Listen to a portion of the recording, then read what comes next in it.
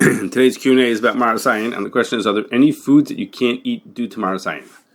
Okay, well, Maras Ayin means that there are things that a person shouldn't do, even though they are technically perfectly permitted, because it looks like he's doing something wrong.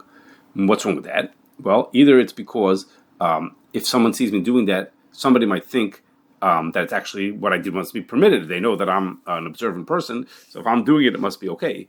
Or the other choice is that people who see me doing this will think, oh my gosh, that this person is doing something wrong. They'll have a wrong impression about me, that I'm a person who did something wrong. And so those are two reasons why things would be forbidden as Maras Ayin. And there are a couple of examples of where Maras Ayin applies to food. One is that the Ramah says that a person should not eat meat together with almond milk unless they put almonds onto the table so everybody will realize that this is not cow's milk. Okay, because if someone looking at it would see something that looks like milk and meat at the same meal, it looks like I'm eating meat and milk together. So the almonds lets them realize, oh, that's almond milk. And the same kind of idea comes up if a person uses parva margarine or serves parva margarine, or non-dairy creamer at a meat meal, or he makes a cheeseburger with soy cheese, or he makes that cheeseburger with vegan meat. In each case, someone who's looking at it, is going to think that I'm eating milk and meat together. So to avoid the Maras Ayin, we need to have some kind of a hecker, some kind of a marker that lets them realize that it's not. It's not like putting the almonds on the table. Lets them realize that this is not regular almond milk. So in each of the cases, you need some kind of a hecker. Now, in a home environment, it's pretty easy to make the hecker. You put the container. You could just put the container onto the table. Like put the almond milk, leave the container on the table. Then everybody realizes, oh, this is not cow's milk. This is almond milk. At a catered event, where it might not be so elegant to put out the container on the table, what they might do is to put what they call a table card, like a tent card, and that's it. That'll say on it some things about the hashgacha, including that the milk or the creamer is made out of parv. Okay, that works for a catered event. And what about in a restaurant if they serve you cheeseburger made with soy cheese, or for example?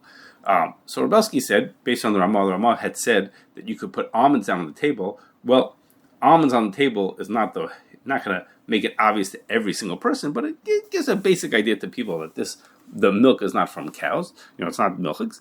So Rabelski said it would be enough if you put onto the menu and the receipts, like for a takeout order, that this cheeseburger in this case was made with parva cheese, and that's good. That's considered a good enough hecker so people will realize that this is not milk and meat together. Okay, another example that Shulchan Aruch gives is what happens if we have an egg that we are certain comes from a chicken it's not a fertilized egg. So technically, the blood spots that you find in that egg are permitted.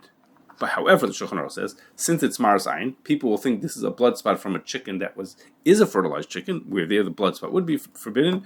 So the Shulchan Aruch says you shouldn't eat the blood spot in any egg because of Maras Ayin. Now, the Shulchan Aruch says that even though there's a Maras Ayin, you could eat the rest of the egg, you just can't eat the blood part of it. But Ramosha says that the minig is to throw out the whole egg when you find it's kind of a blood spot. So again, here in this case, again, it's a Maras Ayin. Someone who sees me eating the blood in the blood spot will think that I'm eating something not kosher, meaning blood from a fertilized egg. So to avoid Maras Ayin, we don't eat it. Now, Ramosha says that the same.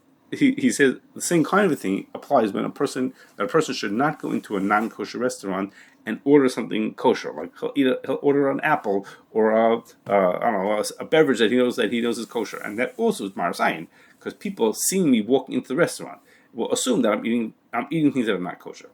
Other people are more makel about this, saying, especially if the person is going in for like a business meeting, people understand that people go to business meetings and will not eat, even though it's really a treif restaurant, or they'll eat things that are innocuous.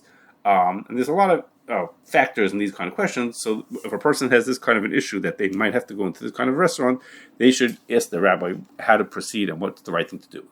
One case like this that everyone agrees is okay is if a person wants to buy food in a rest stop along the highway. Everybody realizes that people walking to rest stop are not going in necessarily to buy treif. They're going there because that's the only place to buy stuff. You're on the road and you need to buy something, and people understand that you might be buying something that's simple and kosher, and that you're not actually coming there to buy some treif food. And since there's no Maras Ayin, you're allowed to buy kosher food there.